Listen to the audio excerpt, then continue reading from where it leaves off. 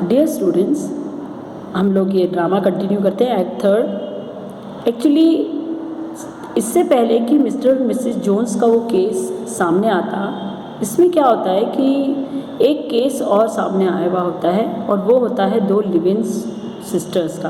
दो छोटी छोटी लड़कियां होती हैं, थेरेसा लिविंस और मॉड लिविंस, और वो छोटी बच्चियां होती हैं और उनके जो फादर होते हैं वो अनएम्प्लॉयड होते हैं और उनकी जो मदर थी वो अनएम्प्लॉयमेंट, अपने हस्बैंड के अनएम्प्लॉयमेंट, गरीबी और इन सब चीज़ों की वजह से वो घर छोड़ के और भाग जाती है।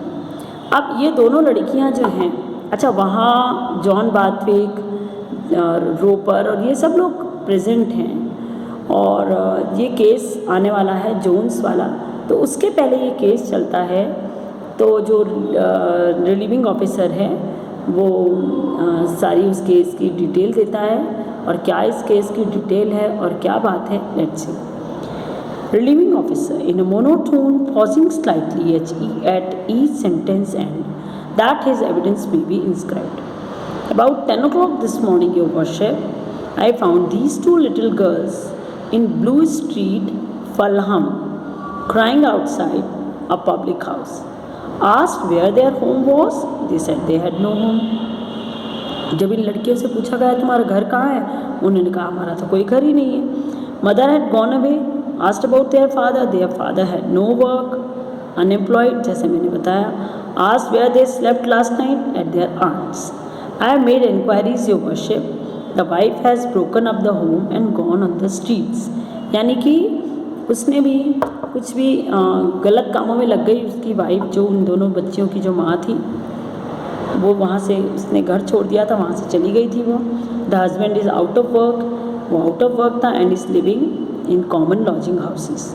और वो किस में रह रहा है, ये धर्मशालाओं में, इधर उधर जो ये कॉमन लॉजिंग हाउसेस होते हैं, किसी तरह से वो अपने रहने खाने का इंतज़ाम कर रहा है।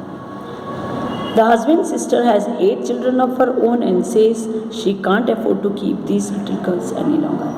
अब तक तो वो लड़कियां अपनी आंट यानी अपनी बुआ के घर पे थी, लेकिन उसके खुद के 8 बच्चे हैं। बोले कि नहीं, मैं अब इन दोनों बच्चियों को और नहीं रख सकती हूँ। तो बेचारी बच्चियाँ तो सड़क पे आनी ही थी, वो तो अनाथ ही हो गई एक तरह से ना, अनाथ होनी ही थी इस तरह से।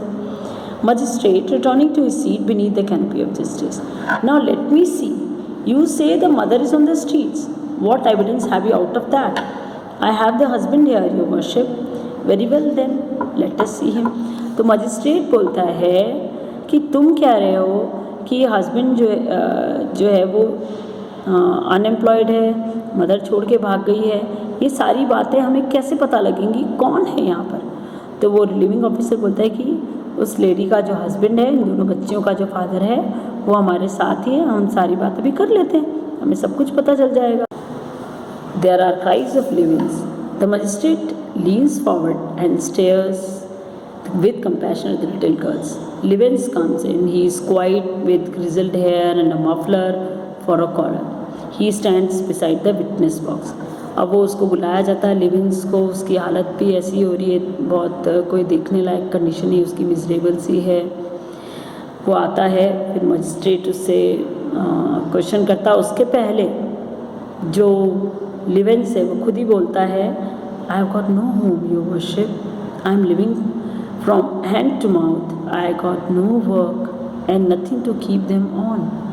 वो बोलता है कि जज साहब, वो मजिस्ट्रेट को बोलता है, सर मेरे पास में खाने तक को कुछ नहीं है, मैं इन दोनों बच्चियों को बेचारियों को क्या दूँ, मेरा अपना कोई घर नहीं है और मेरी वाइफ जो है वो तो घर तोड़ के जा चुकी है, तब इन दोनों बच्चियों को देखे कौन, रखे कौन, मैं क्या करूँ? How is that? My wife, she broke my home up and pawned the things. But what made you let her? बोले कि मेरी वाइफ, उसने घर भी छोड़ दिया और आधी से ज़्यादा चीज़ें उसने गिरवी रख दी हैं, कुछ बेच दी है, मतलब वो अच्छी कैरेक्टर की अच्छी लेडी नहीं है वो। तो जज उससे पूछते हैं, भाई क्यों ऐसा किया उसने? Your worship, I had no chance to stop her, she did it when I was out looking for work. बोले मैं घर से बाहर था, काम ढूंढने गया हुआ था, मुझे तो कुछ भी पता नहीं लगा और पीछे से उसने, मेरी वाइफ ने ये सब किया है। Did you ill treat her? I never raise my hand to her in my life your worship. And where is she now?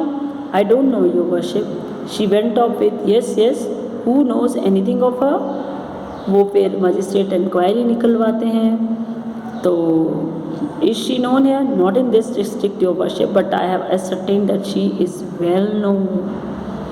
यानी कि वहाँ के जो और जो क्लर्क वगैरह वो सब हैं, रिलीविंग ऑफिसर जो है उसने सारी जानकारी जो है इन्फॉर्मेशन उस लेडी के बारे में पता की, तो उसको पता लगा कि ये लेडी कोई अच्छी लेडी नहीं है। बोले यहाँ तो वो इतनी कम पहचानी जाती है, लेकिन आसपास में उसका नाम कोई अच्छा नहीं है, उसने कुछ भी अच्छा काम नहीं किया है, शायद वो इसी तरह की लेडी थी।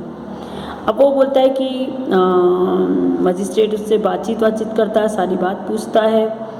बोलता है कि तुम हस्बैंड को मजिस्ट्रेट उससे बोलते हैं कि तुम काम क्यों नहीं करते कुछ। बोले मैं बहुत विलिंग हूँ वर्क करने के लिए, लेकिन मुझे कोई जॉब मिलती ही नहीं है। अनएम्प्लॉयमेंट बहुत बुरी चीज़ है, मैं अनएम्प्लॉयड हूँ, लेकिन मुझे कोई जॉब मिले तो मुझे काम करने से कोई आपत्ति नहीं है। ऐसे पूछते पूछते बातचीत करते करते आखिर मजिस्ट्रेट उससे पूछते हैं, Now are you willing that these little girls should be sent to a house? क्या इन दोनों बच्चियों को तुम अगर कहो तो हम अनाथालय भेज दें, क्या करें इनके साथ? Yes your worship, I should be very willing। बोले मेरे पास और कोई ऑप्शन ही नहीं, मैं क्या करूँ? मजिस्ट्रेट बोलते हैं कि well I'll remand them for a week, bring them again today week, if I see no reason against it then I will make an order। Today week your worship, the bald constable takes the little girls out by the shoulders, the father allows them, the magistrate returning to his seat bends over and talks to his clerk inaudibly, Patrick speaking behind his hand। A painful case, Roper, very distressing state of things।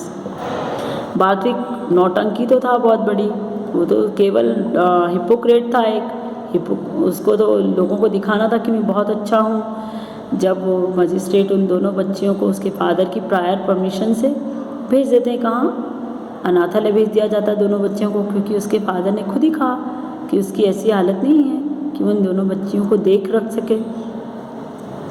और जो बात्विक है वो बैठे बैठे बोलता है उसको, रोपर को धीरे से, कितनी बुरी हालत है ना इन गरीब लोगों की, कितना पेनफुल केस है, मैं ये मैटर जो है वो पार्लियामेंट में ज़रूर उठाऊंगा। अरे खाली पार्लियामेंट में बोलने से या सिर्फ चिक चिक करने से तो कुछ होना नहीं, लेकिन ठीक है भाई, वो एक पॉलिटिशियन है, चाहे जो बोल सकता है, चाहे जो कर सकता है। इसके बाद में किसको बुलाया जाता है? जोन्स को। जोन्स का केस शुरू होता है और उस केस में क्या होता है, क्या जोन्स को सज़ा मिलेगी, वो छूट जाएगा, ये सारा हम लोग अब पढ़ने